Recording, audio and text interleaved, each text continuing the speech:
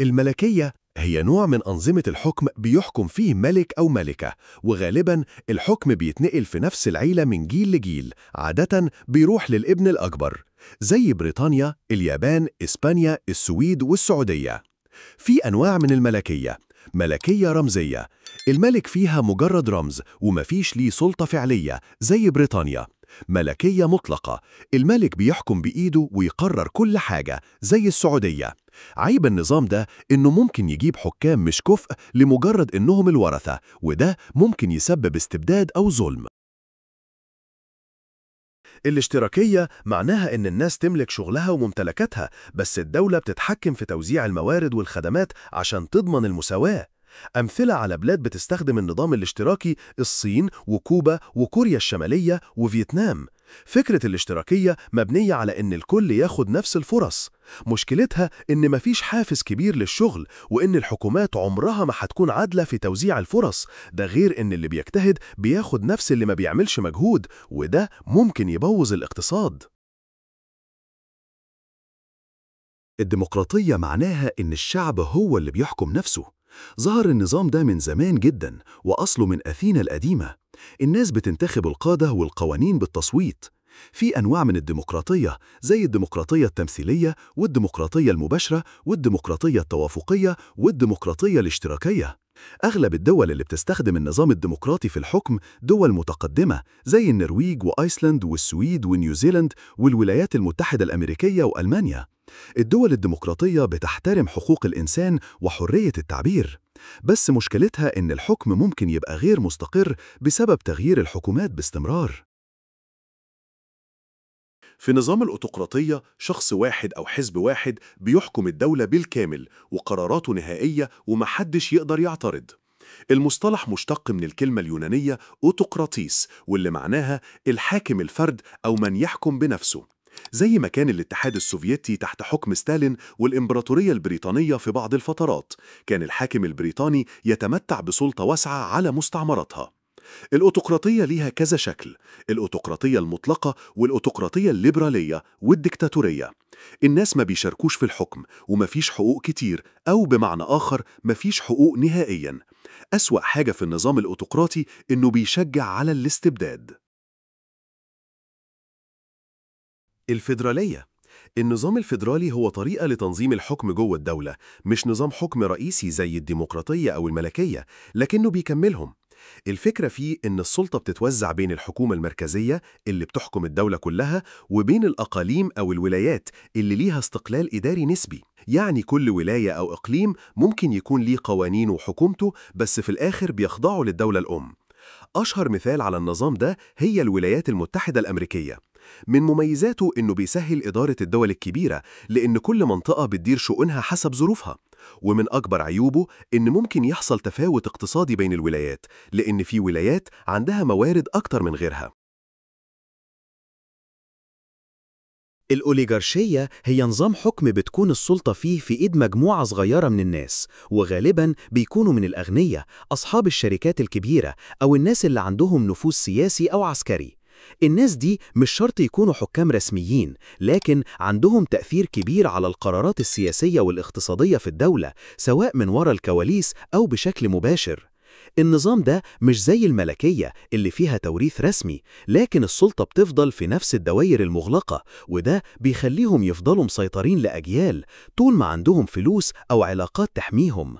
أكبر مشكلة في الأوليغارشية إن القرارات بتتاخد لصالح الطبقة القوية بس، وده بيعمق الفجوة بين الأغنياء والفقراء وبيقلل فرص العدالة الاجتماعية. في النظام الجمهوري الدولة ملك للشعب، والشعب بيختار ممثلين عنه بالحكم. القادة المفروض يشتغلوا لصالح الشعب. في فرق بين الجمهورية والديمقراطية. الديمقراطية الشعب هو اللي بيحكم. الجمهورية الدولة ملك للشعب، بس مش شرط يكون كل حاجة بالتصويت. أمثلة: الفلبين جمهورية وديمقراطية، كندا ديمقراطية لكن ملكية. الشيوعية اتأسست على إيد كارل ماركس، ويعتبر فلاديمير لينين من أهم الشخصيات اللي ساهمت في تطوير وتطبيق الشيوعية، وهي نظام هدفه يعمل مجتمع من غير طبقات، كل الناس فيه متساويين. الدولة هي اللي بتتحكم في كل حاجة، الأرض، المصانع، التعليم، الإعلام، وكل الموارد بتتوزع بالتساوي على الناس. الفكرة إن ما يبقاش فيه غني وفقير ولا حد يملك أكتر من غيره، وكل الناس تشتغل للدولة والدولة توزع اللي بينتجوه. أمثلة للدول الشيوعية: كوريا الشمالية، كوبا، فيتنام، لاوس والصين بشكل جزئي. عيوب النظام الشيوعي: بيقلل من الحريات الفردية وبيشجع على الاستبداد، ده غير إنه بيقتل الحافز على الشغل أو التطوير. الفرق بين الشيوعية والاشتراكية: في الشيوعية الدولة بتملك كل حاجة ومفيش ملكية خاصة، أما الاشتراكية الدولة بتوزع الموارد بالعدل بس ممكن تسمح ببعض الملكية الخاصة، والناس ممكن يملكوا مشاريعهم لو مش ضد مصلحة المجتمع. الشيوعية أكثر تشدد وتحكم كامل، بينما الاشتراكية فيها شوية مرونة أكتر. الأناركية معناها غياب الحكومة تماماً، مفيش رئيس، مفيش دولة، مفيش سلطة عليا بتحكم الناس. في النظام ده كل فرد بيحكم نفسه وبيعيش بحرية كاملة من غير قوانين مفروضة. الفكرة الأساسية في الأناركية إن الناس يساعدوا بعض باختيارهم، مش عشان في قانون بيجبرهم. يعني المجتمع يشتغل على التعاون والتطوع، مش على القوانين والعقوبات. الأناركيين بيؤمنوا إن الناس بطبعهم ممكن يعيشوا في سلام لو اتعاملوا بعدل من غير ما يكون في سلطة بتتحكم فيهم. لكن المشكلة الكبيرة إن النظام ده سهل يتحول لفوضى، خصوصاً إن كل واحد هيفكر في نفسه بس وهينسى المجتمع كله.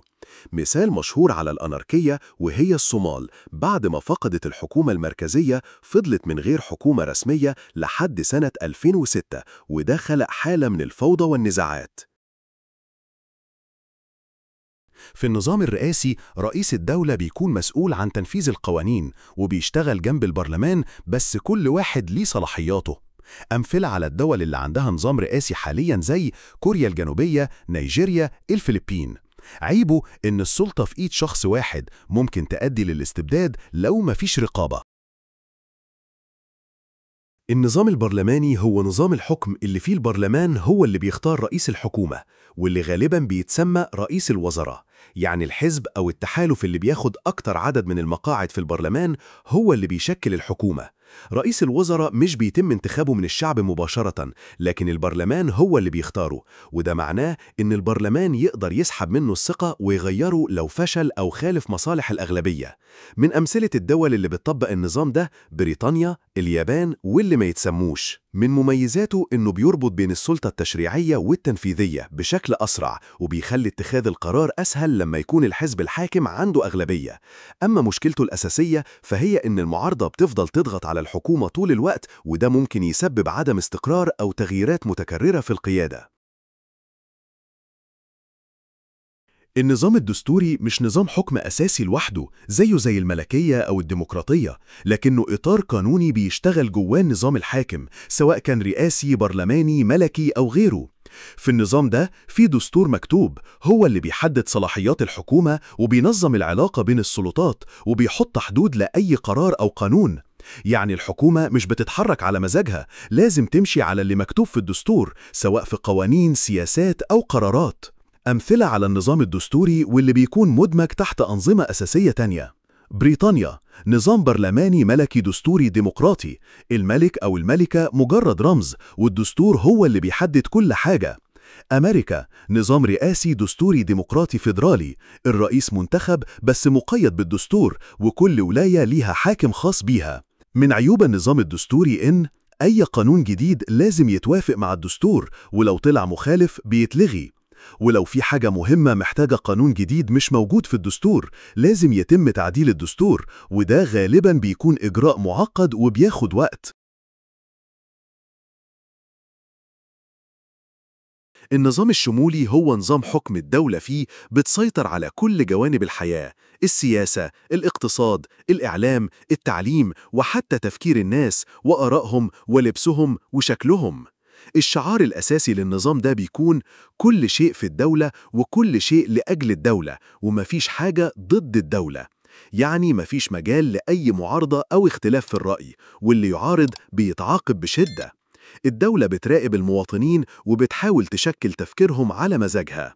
مثال واضح للنظام ده هو كوريا الشمالية اللي بتحكمها عيلة كيم من 3 أجيال، وكل حاجة هناك تحت سيطرة الحكومة، من الأكل للتلفزيون لكل شيء.